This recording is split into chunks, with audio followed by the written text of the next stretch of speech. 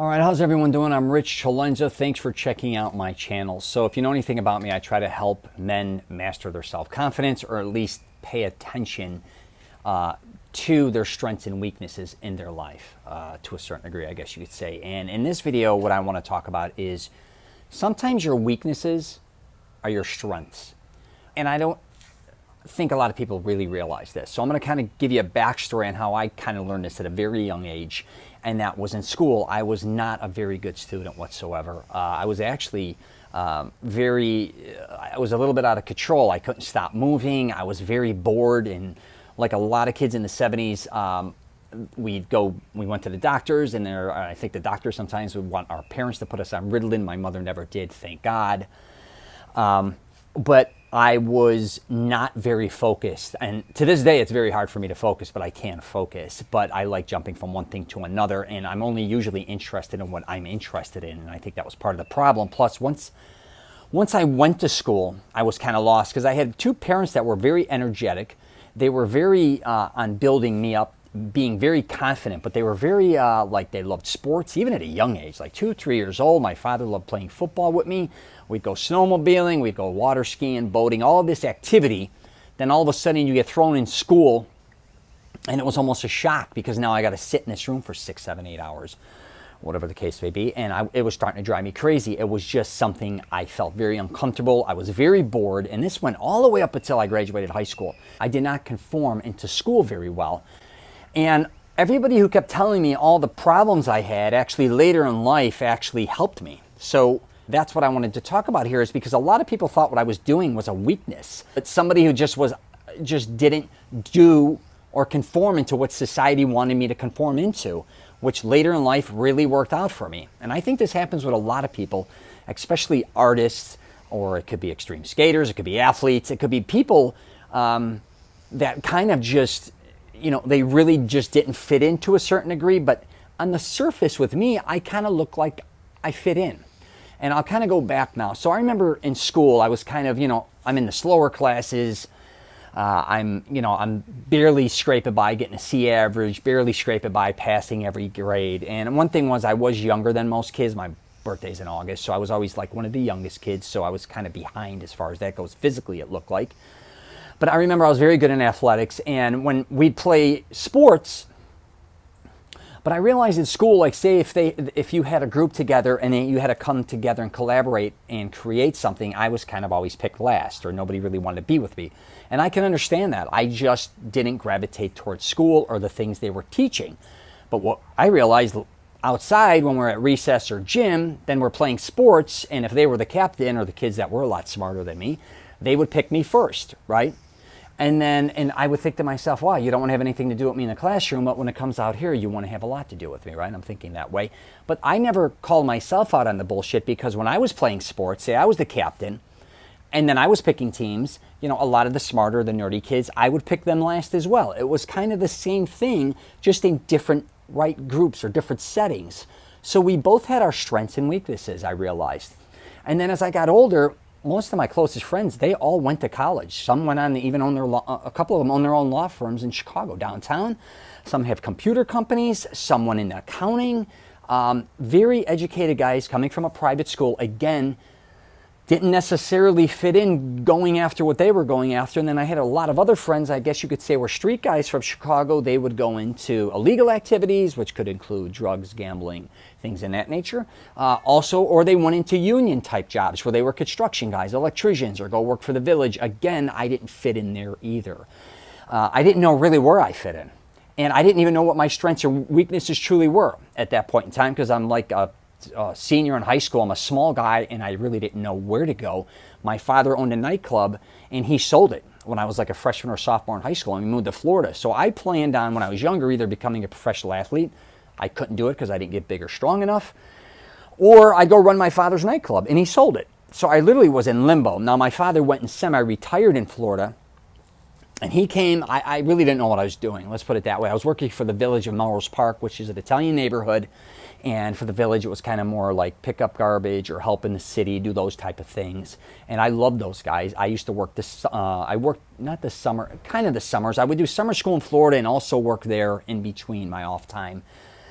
kind of in the fall or whatever you want to say. And I was thinking my senior in high school, am I going to have to go work there? And that's nothing, not a dig on them. I just didn't feel like I fit in there either. I didn't like driving trucks or any of those type of things. My father came and had a birthday party for me and said, listen, I have, we're doing some vending business. We're going to be doing the Hooters. You can have all the Hooters and put equipment in there. So he said, come and move with me. Come back with me. And let's see how it goes. And then I got to Florida, and actually the deal with Hooters, we were going to put a bunch of dartboards and things in there. It went under. So now I'm kind of like stuck saying, what do I do here, like in my life? And I really was lost, honestly. I loved going to the gym, and I was just helping my father out, but I'm like, I don't, we were just going in and out of bars, collecting money. And I didn't mind moving the equipment, but after a while, I just was kind of exhausted from the bar lifestyle, nightclub, after doing it for 20 years at this point. I wanted something different. I actually originally wanted to make movies. I just never knew how to go about it. I wanted to, I started off in modeling, but I didn't like the way that was going. They wanted me to stay very thin and do things in Chicago. I was kind of bored with that. And the only thing I really had was lifting weights to a certain degree, but I didn't want to become a power lifter or a bodybuilder or any of that either. I just wanted to get big. I always was kind of like making myself feel stupid, I guess you could say, and I still catch myself doing that all the time. But after a while, I started to succeed with my father in his business, doing other things, and eventually I said, man, my strengths are, like creativity. I love creating things. I just never had an outlet to do it. And then I started writing shorts. Then I started writing screenplays, and what I loved about screenplays is I could build all these different characters and write them and create something. It wasn't so structured like a book. So to make a long story short, I made a couple films, and I had all the energy to do that. And what I found, again, what was a weakness of mine, which people were always saying, Rich, you're all over the place, you're not structured or this and that felt perfect. I felt right at home with the film industry. I was making films with all different types of people. We were doing shoots all over the cities. We were coming up with different dialogue, having fun. We were it's make-believe in reality. And then after I made a couple films, kind of co-produced a third, I was the last person in the world that would ever think about creating a book. But I used to talk about modeling because my younger daughter was in modeling, and I would always try to help all the parents and the models protect themselves. And someone said, Rich, you should make a book about this. And I really thought I would be the last person in the world to make a book. I'm like, I could write something, but then how am I going to edit it? And then, you're coming up with all these excuses. They're like, you could do it, dude. I did do it. I went and wrote a goddamn book. And then I followed up with another book. And I realized, again, what my strength was, I'm an animal. Like when I decide to do something, regardless what it is, I attack it. I nonstop. In school, for instance, they were kind of shutting me down. They were teaching me things that I wasn't interested in learning. And no disrespect to them, after a certain amount of time. I was bored. They confined me. And when I started to do things that I wanted to do, I can almost blow anybody out of the water. That could go for anything I want to do. And I took my physical thing, because I was so physical, and I started to transfer it to my mind and say, instead of just being like a physical animal working out, why don't you become a mental animal? Why don't you learn as much as you can? Why don't you teach as much as you can? Go that route. And again, I never thought I had that in me, because for the most part, and it's nobody else's fault, I just always thought, not that I was a failure, but I was just too dumb to do anything, because I wasn't. My buddies are literally all scholars. They're very intelligent guys, but it's interesting now when we all sit together, or we would sit together a lot of times, like our conversations, how unique they are, because we are all so unique from one another, and I love that aspect about it. And that's the thing, you don't realize how unique you are. You may have been told your whole life you're either dumb, or you got to do this in your life, or you got to do that, and you can't succeed in this because of that. I've been talking about this a lot regarding fitness. You don't know a lot of times your true strengths. For one, you may not learn. You got to first learn how to discover them, first of all, and then it takes time to master them, or it takes time to evolve, right?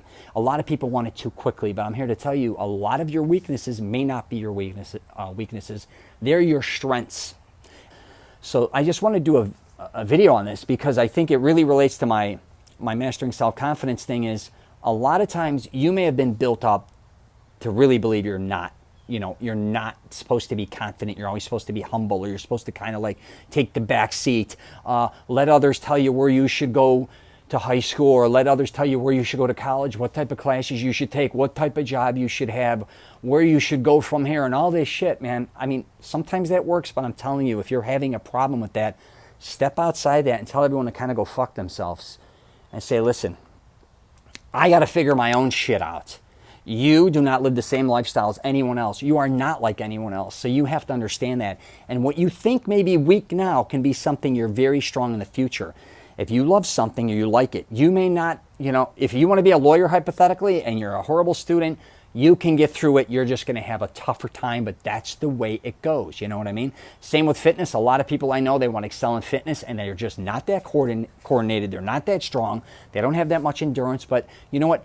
It is harder for them, but if they put the time in and they learn, they can do it. You may not be the best lawyer. I'm not going to say that. You may end up the best or you may not.